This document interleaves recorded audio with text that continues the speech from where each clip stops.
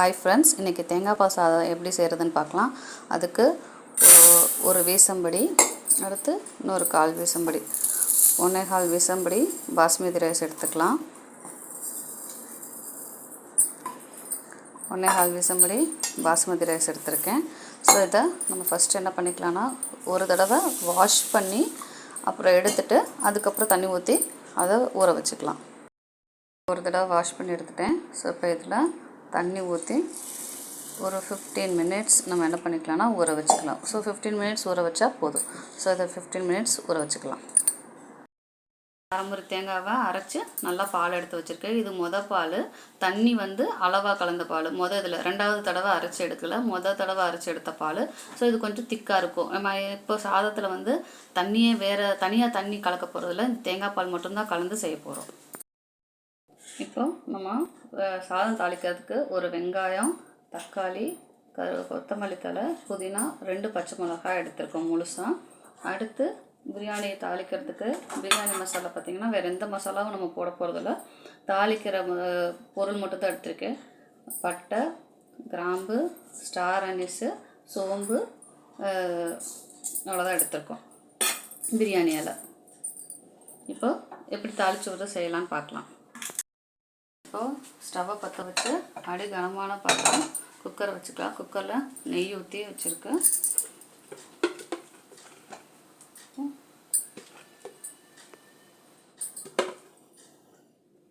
நல்லா 3 ஸ்பூன் நெய் ஊற்றிக்கலாம். நான் எண்ணெய் கலக்காமல் வெறும் நெய்யிலே செய்ய போகிறேன். ஸோ நெய் ஊற்றிக்கலாம். நெய் காஞ்சதும்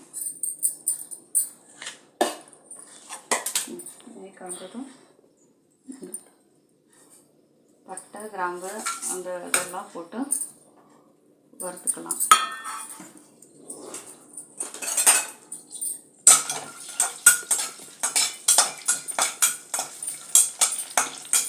இப்போ சோம்பு பொரிஞ்சதும் நம்ம ஆனியன் கட் பண்ணி வச்சுருக்கோம் இல்லையா, ஒரு ஆனியனை சோம்பு பொரியட்டும். சோம்பு பொரிஞ்சதும் கட் பண்ணி வச்சுருக்க ஒரு ஆனியனை போட்டுக்கலாம்.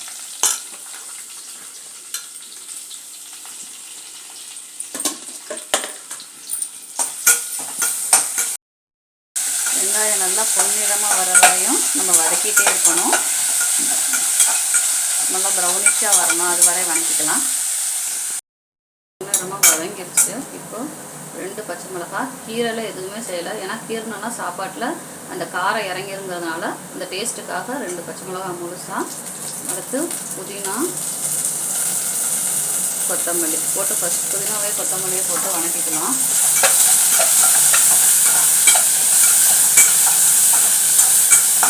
கொத்தமல்லி போட்டதுக்கப்புறம் 2 ஸ்பூன் எல்லாம் எடுத்துக்கோன்னா இஞ்சி பூண்டு பேஸ்ட்டு,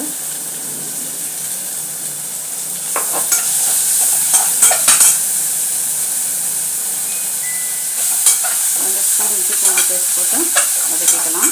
அந்த இஞ்சி பூண்டு பேஸ்ட்டோட பச்சை வாசம் போகிற வரைக்கும் வதக்கிக்கலாம். பச்சை வாசம் போகவும் தக்காளி ஆட் பண்ணிக்கலாம்.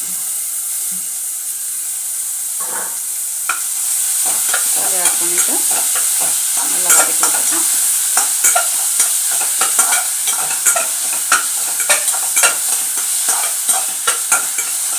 இப்போ நம்ம இதில் வேறு எந்த மசாலாவுமே கலக்க போகிறதில்ல, வெறும் இது மட்டும்தான். இதுலேயே நமக்கு டேஸ்ட்டு கிடைக்கும். இப்போ அதை நல்லா வதக்கியாச்சு. இப்போது நம்ம தேங்காய் பாலை ஆட் பண்ணிக்கலாம்.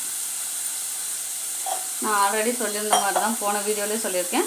ஒரு வீசம்படிக்கு இந்த டம்ளரில் 1 டம்ளர் 2 டம்ளர் தண்ணி எடுத்துப்பேன். அதே மாதிரி தான் இப்போ நம்ம 1/4 வீசம்படி அரிசி எடுத்துருக்கோமா, அப்போது நம்ம நார்மலாக என்ன எடுத்துப்போனா 2.5 டம்ளர் தண்ணி எடுத்துக்கணும்.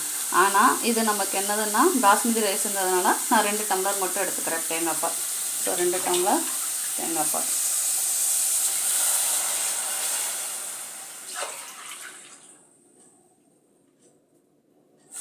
ரெண்டு டம்ளர் தேங்காய் பால் எடுத்து ஊற்றிட்டேன்.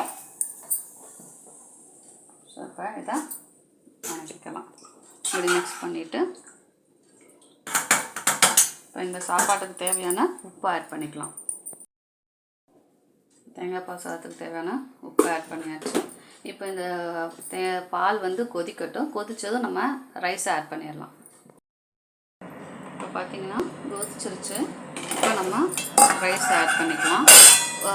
ஒரு தடவை கழுவி ஊற வச்சுருந்தேன், திருப்பி அதை 2 தடவை கழுவிட்டு அந்த ரைஸை போட்டுக்கலாம்.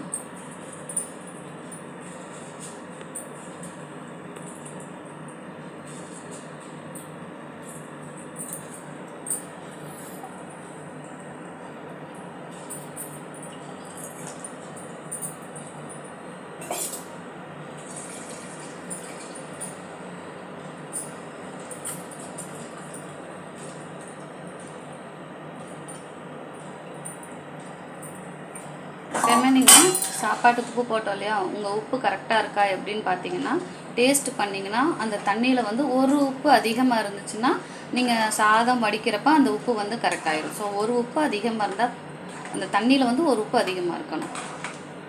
சரி, நல்லா மிக்ஸ் பண்ணி விட்டாச்சு. இப்போ நம்ம இதை என்ன பண்ணலான்னா, நார்மலாக மூடி போட்டு நான் வைக்கிறேன். அதுக்கப்புறம் ஒரு 5 மினிட்ஸ் கழித்து ஹாஃப் ஆனதுக்கப்புறம் நம்ம வந்து இது போட்டுக்கலாம், தம் போட்டுக்கலாம். இப்போ பார்த்தீங்கன்னா பாதி ஹாஃப் பாயில் ஆகிடுச்சு. ஸோ இப்போ நான் என்ன பண்ணிக்கிறேன்னா தம் போட போகிறேன். ஸோ தம்மி எப்படி போடலான்னா, நம்ம பழைய தோசைக்கல் ஏதாவது இரும்பு கல் இருந்துச்சுன்னா அதை எடுத்து வச்சுக்கலாம். நான் அதை யூஸ் பண்ணாத, தம்முக்கு மட்டும்தான் இதை கல்லை யூஸ் பண்ணுறேன், பழசாயிடுச்சு. ஸோ இதை வச்சுட்டு இப்போ என்ன பண்ணலான்னா, நம்ம குக்கர் எடுத்து கேஸ்கட் போட்டு மூடி வச்சுக்கலாம். ஸோ இப்போ நம்ம மிக்ஸெல்லாம் பண்ணி விட வேண்டாம். எப்போயுமே மிக்ஸ் பண்ணுறப்ப சைட்லேருந்து தான் மிக்ஸ் பண்ணணும். ஸோ இந்த ஒரு தடவை மிக்ஸ் பண்ணி விட்டால் போதும். ஸோ இல்லைனா சாதம் உடஞ்சிடும். ஸோ இப்போ மிக்ஸ் பண்ணிவிட்டு வேணும்னா இன்னும் கொஞ்சம் கொத்தமல்லி வந்து மேலே ஆட் பண்ணிக்கலாம். கொத்தமல்லியும் புதினாவும் மேலே ஆட் பண்ணிவிட்டு இப்போ இதை க்ளோஸ் பண்ணி ஒரு 10 மினிட்ஸ் என்ன பண்ணலாம்னா தம் போட்டுக்கலாம். ஸோ இந்த ஏர் போகாமல் இருக்கிறதுக்காக விசில் போட்டுக்கலாம்.